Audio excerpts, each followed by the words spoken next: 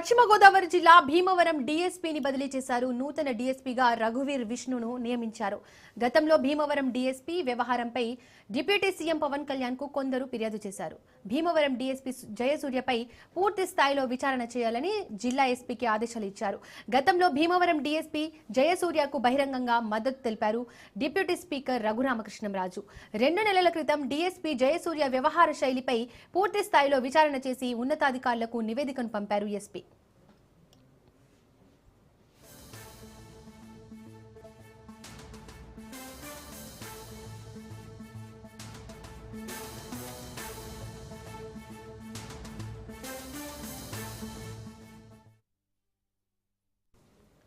పశ్చిమ గోదావరి జిల్లా భీమవరం డీఎస్పీని బదిలీ చేశారు. నూతన డీఎస్పీగా రఘువీర్ విష్ణును నియమించారు. గతంలో భీమవరం డీఎస్పీ వ్యవహారంపై డిప్యూటీ సీఎం పవన్ కళ్యాణ్ కు కొందరు ఫిర్యాదు చేశారు.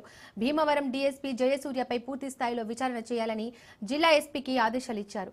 గతంలో భీమవరం డీఎస్పీ జయసూర్యకు బహిరంగంగా మద్దతు తెలిపారు డిప్యూటీ స్పీకర్ రఘురామకృష్ణంరాజు. 2 నెలల క్రితం డీఎస్పీ జయసూర్య వ్యవహార శైలిపై పూర్తి స్థాయిలో విచారణ చేసి ఉన్నతాధికారులకు నివేదికను పంపారు ఎస్పీ.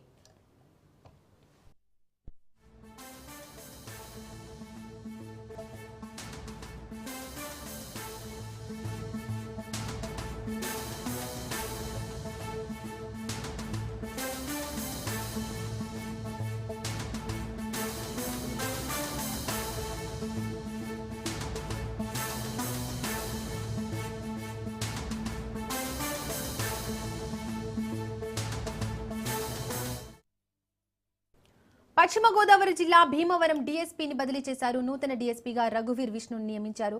గతంలో భీమవరం డీఎస్పీ వ్యవహారంపై డిప్యూటీ సీఎం పవన్ కళ్యాణ్ కు కొందరు ఫిర్యాదు చేశారు. భీమవరం డీఎస్పీ జయసూర్యపై పూర్తి స్థాయిలో విచారణ చేయాలని జిల్లా ఎస్పీకి ఆదేశాలు ఇచ్చారు. గతంలో భీమవరం డీఎస్పీ జయసూర్యకు బహిరంగంగా మద్దతు తెలిపారు డీఎస్పీ స్పీకర్ రఘురామకృష్ణంరాజు. 2 నెలల క్రితం డీఎస్పీ జయసూర్య వ్యవహార శైలిపై పూర్తి స్థాయిలో విచారణ చేసి ఉన్నతాధికారులకు నివేదికను పంపారు ఎస్పీ.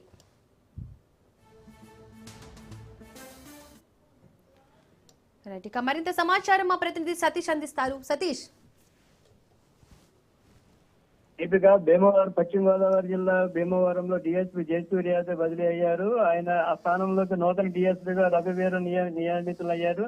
గత కొంతకాలంగా డిఎస్పీ జయసూర్యపై పలు అవినీతి నిధి నిర్వహణలో నిర్లక్ష్యం వంటి ఆరోపణలు రావడంతో ప్రభుత్వం ఈ నిర్ణయం తీసుకోవడం జరిగింది.